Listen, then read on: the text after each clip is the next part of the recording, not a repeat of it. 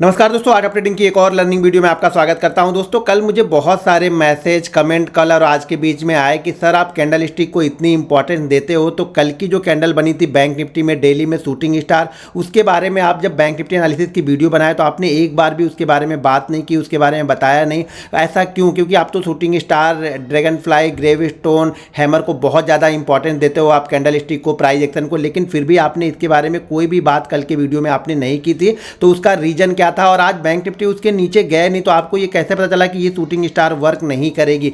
तो देखिए चीज़ें, मैं दो चीज़ें बताता हूँ, ध्यान से समझिएगा। मैं बार बार बोलता हूँ कि मेरे लिए कैंडल इंपॉर्टेंट नहीं है, कैंडल कहाँ पे किस कंडीशन में बनी है वो इंपॉर्टेंट है। इसीलिए जब मैं कैंडल स्टिक की वीडियो आप लोग के लिए बनाता हूँ तो कुछ रूल्स बताता हूँ, लेकिन लोगों को वो रूल्स फॉलो नहीं करने हैं। लोगों को सिर्फ और सिर्फ कैंडल स्टिक देखनी है कि अरे यहाँ पे शूटिंग स्टार बन गया, यहाँ पे हैमर बन गया, यहाँ पे इन्वर्टेड हैमर बन गया। तो ऐसे काम नहीं चलता। मैंने वहाँ पे कुछ कंडीशन आप लोग को बताई हुई है, कुछ वहाँ पे मैंने एक्सप्लेन किया हुआ है कि मैंने जो 7 साल 8 साल 9 साल मैंने कैंडल स्टिक पे दिए, तो मैंने धीरे धीरे करके उसके लिए कुछ रूल्स बनाए, कुछ डिसिप्लिन बनाए। उस रूल्स और डिसिप्लिन में जब बैंक निफ्टी की कैंडल या फिर किसी स्टॉक की वो कैंडल आती है तभी मैं उसको फॉलो करता हूँ, अर्थात उसके बाद मैं फॉलो नहीं करता हूँ। तो चीज़ों को ध्यानपूर्वक देखिए, समझिए और सीखिए। मैं यहाँ पे डिटेल बताने वाला हूँ और बहुत जल्दी आप लोग के लिए ये शूटिंग स्टार और हैमर वाली वीडियो भी आएगी, तो उसको भी देख लीजिएगा। लास्ट वीडियो ऑलरेडी मैंने ड्रैगन फ्लाई की बनाई है, तो अगर आपने उसको नहीं देखा है तो जा करके जरूर देख लीजिएगा। इस फ्राइडे को या सैटरडे को आपको वहाँ पे ड्रैगन फ्लाई की मिलेगी, और लास्ट वीडियो मैंने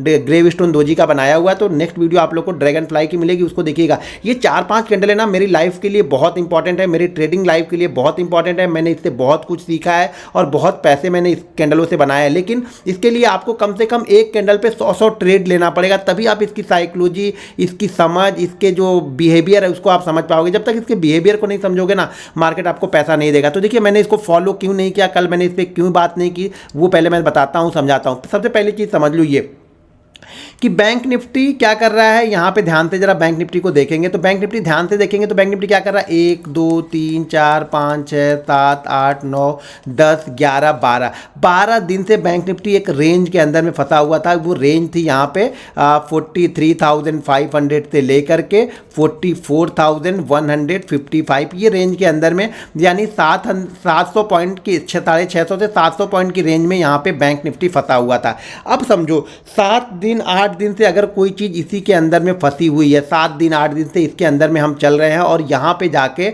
हमने ये एक कैंडल बनी, इस कैंडल को देखिए एकदम हाई प्राइस के आसपास क्लोज किया था। मैंने क्लियर कट बताया था उस वीडियो में कि यहाँ पे ब्रेकआउट होगा तो टारगेट हमारा 44,444 का मिलेगा नेक्स्ट डे, और नेक्स्ट डे एलडीएच स्ट्रेटजी को हम अप्लाई करेंगे, और जैसे हमने एलडीएच स्ट्रेटजी अप्लाई किया हमें 200 से 225 पॉइंट का मूव भी मिला। तो यहाँ पे देखें तो यहाँ पे क्या हुआ, 7 दिन 8 दिन से, 7 दिन 8 दिन में हो क्या रहा, पहले ये समझो, इसके पीछे की साइकोलॉजी समझो। पहले 7 दिन से 12 दिन से क्या हो रहा, ना तो यहाँ पे बायर कंट्रोल कर पा रहे हैं इस ट्रेड को, इस मूव को, ना इस सेलर कंट्रोल कर पा रहे, दोनों ही यहाँ पे छोड़ के बैठे हुए, दोनों ये वेट कर रहे हैं कि मार्केट एक साइड में निकल जाएगा तब हम कंट्रोल करना स्टार्ट करेंगे, और दूसरा ये सोच रहा है कि जिस साइड में निकलेगा उस साइड की पोजीशन मैं यहाँ पे छोड़ दूंगा। मान लो अगर मैं यहाँ पे सेलर हूँ, ठीक है, मैं यहाँ पे सेलर हूँ, इस बीच में मैंने कहीं पर भी बैंक निफ्टी का फ्यूचर शॉर्ट किया हुआ है या सेल करके रखा हुआ है, या मैं ऑप्शन राइटर हूँ, मैंने राइट करके रखा हुआ है 44,000 की मान लीजिए कॉल को मैंने राइट करके रखा हुआ है, मैं वेट कर रहा हूँ यहाँ पे कि जब तक इसके ऊपर नहीं जाएगा मैं निकलूंगा नहीं।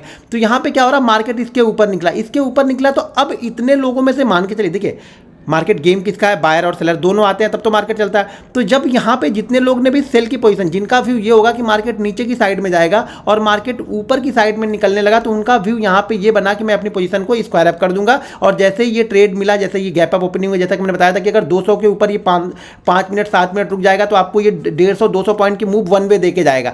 तो मार्केट ने वही मूव यहाँ पे दिया। वो मूव क्या था, वो शॉर्ट कवरिंग मूव था। शॉर्ट कवरिंग का मतलब क्या हो गया कि जो इस बीच में जितने लोगों ने भी पोजीशन बनाई थी उन्होंने अब हिम्मत छोड़ दी, वो हिम्मत हार गए कि भैया अब ये लगता है मार्केट इसके नीचे नहीं आएगा, तो हम क्या करते हैं, अपनी पोजीशन को स्क्वायर अप करते हैं, और ये पोजीशन को स्क्वायर अप करते हैं और मार्केट ऊपर की साइड में जाता है। ठीक है, यहाँ पे दो लोग थे, एक तो सेलर था और एक क्या था, बायर भी था। कुछ लोग बाइंग भी करके भी बैठे होंगे, तो वो अब आराम से यहाँ पे बैठ गए कि भैया अब ये ब्रेकआउट हो गया। क्यों? क्योंकि 12 दिन 11 दिन मार्केट एक ही रेंज में रहा, इस रेंज को मार्केट ब्रेकआउट करके बैठा। तो वो अगर ये 11 दिन इस रेंज के अंदर में बैठे हुए हैं ना, तो वो ब्रेकआउट होने के बाद इतनी जल्दी अपनी पोजीशन को छोड़ेंगे नहीं। ये चीज़ें ध्यान में रखो यार, साइकोलॉजी का गेम है। आप समझो कि अगला मूव क्या होता है। मैं बार बार बोलता हूँ, अगर आप चेस खेलते हो ना तो चीज़ों को अच्छी तरह से समझ पाओगे, या चेस की तरह सोचो, सिर्फ अपने मूव को मत सोचो, ये भी मूव देखो कि अगला क्या चल सकता सकता है, अगला मूव क्या होगा। देखो अपनी मूव तो हमें पता ही है कि हमारी मूव क्या होनी चाहिए, लेकिन हमारी मूव अगले की मूव पर भी डिसाइड होती है कि अगला क्या करेगा, उसके बाद मैं यहाँ पे क्या करने वाला हूँ। तो हमें अपनी मूव के साथ साथ अगले की मूव को भी देखना पड़ता है कि अगला क्या सोच रहा है।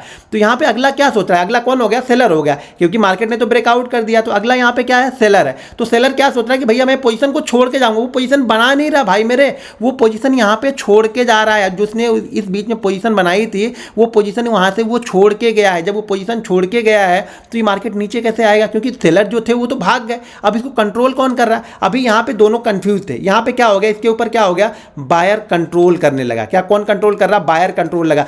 8 दिन 10 दिन, ये टोटल कैंडल देखेंगे तो 12 दिन, अगर इस दो ग्रीन को निकाल दे तो 10 दिन के बाद ये बायर इसको कंट्रोल कर रहा है। एक दिन पहले से ही बायर ने कंट्रोल करना स्टार्ट किया। ये भी चीज़ें ध्यान से देखो कि एक दिन पहले से ही बायर ने इसको कंट्रोल करना स्टार्ट कर दिया है और अगले दिन बायर इसको ऊपर लेके गए और इसको यहाँ पे क्लोज किया। तो ये शूटिंग स्टार हमारे लिए वर्क क्यों नहीं करेगी। अब ये पहली चीज तो ये शूटिंग स्टार वर्क तब करती हमारे लिए जब ये ऊपर गया था और ऊपर जाने के बाद ये वापस आके इसकी रेंज में क्लोज कर देता है। ये जो हमारा 155 वाला रेंज था ना, 44,155, अगर ये शूटिंग स्टार आके इस जगह पे कहीं पे बनती तब मैं इस पे बिल्कुल एग्रेसिव मैं सेल करता, क्योंकि अब मुझे मालूम हो जाता कि यहाँ पे बायर इसको ऊपर कंट्रोल नहीं कर पा रहे हैं और सेलर लाके वापस इस रेंज में छोड़ दिए। तो अब यहाँ पे बायर पोजीशन छोड़ते। जितने लोगों ने इस बीच में बाइंग किया होगा ना, वो ये नहीं देखेंगे कि यहां तक जाएगा तब मैं सेल लूंगा, वो ये देखेंगे कि भैया ये ऊपर की साइड में मार्केट इसको कंट्रोल नहीं कर पाया हम लोग क्या करते हैं, अब पोजीशन को यहीं पे छोड़ देते हैं। जो भी छोटा मोटा लॉस होगा वो लॉस लेके हम निकल जाएंगे।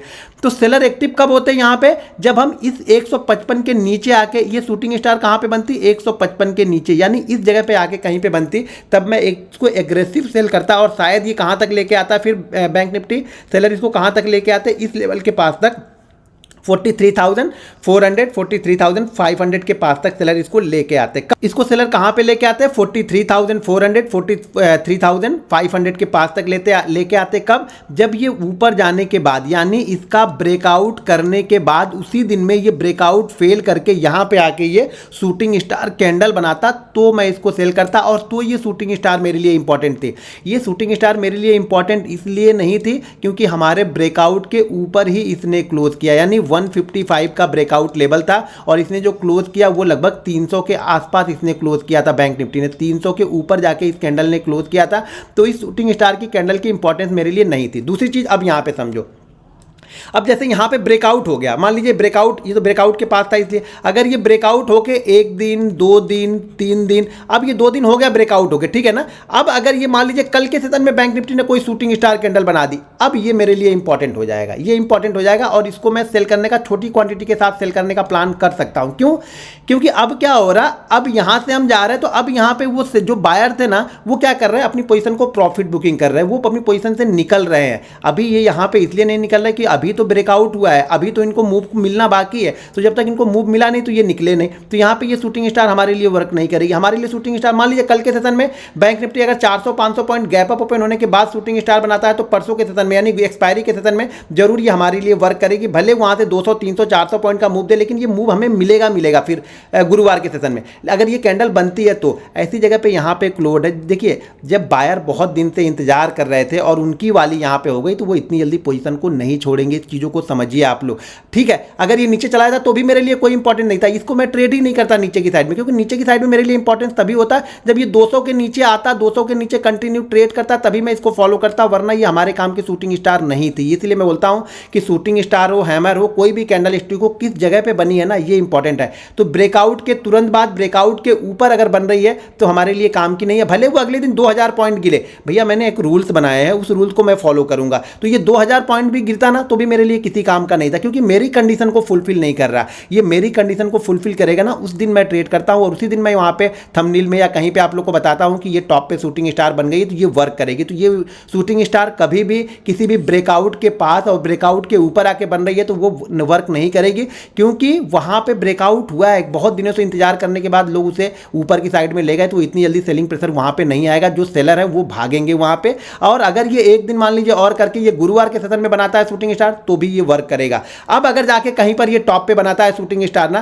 कि ये चल रहा है 1 दिन 2 दिन 3 दिन 4 दिन 5 दिन 6 दिन, ऐसे 5-6 दिन बाद जाने के बाद ये शूटिंग स्टार बनाएगा तो ये आपको डेली चार्ट पे एक आध दिन के लिए वर्क जरूर करेगा। इसका मतलब ये नहीं कि यहां से ही घूम के यहां आ जाएगा, ये फिर वर्क करेगा। कहां तक हो सकता है, क्या है मैक्सिमम मूव क्या आप पकड़ के चलोगे, ये ब्रेकआउट लेवल हो सकता है, ब्रेकआउट लेवल को टेस्ट करने के लिए आए, लेकिन ये बनेगा तब। लेकिन इंट्राडे में हमें अच्छा मूव देके जाएगा, और हम तो इंट्राडे ट्रेड करते हैं तो इंट्राडे में हमें अच्छा मूव देके जाएगा। अगर ये कल या परसों शूटिंग स्टार बनेगी तो ये शूटिंग स्टार अभी आप लोग को समझ में आ गया कि मैंने क्यों इसको नहीं बताया और क्यों मेरे लिए इंपॉर्टेंट नहीं था, या किस जगह पे मेरे लिए शूटिंग स्टार इंपॉर्टेंट नहीं होता है। ठीक है, वीडियो पसंद आए तो वीडियो को लाइक और शेयर आप लोग करते रहिए, और बहुत सारी वीडियो आप लोग के लिए कैंडल स्टिक की बना के रखिए, उसको देखिए समझिए और सीखते रहिए। मिलते हैं नेक्स्ट वीडियो में। जय हिंद।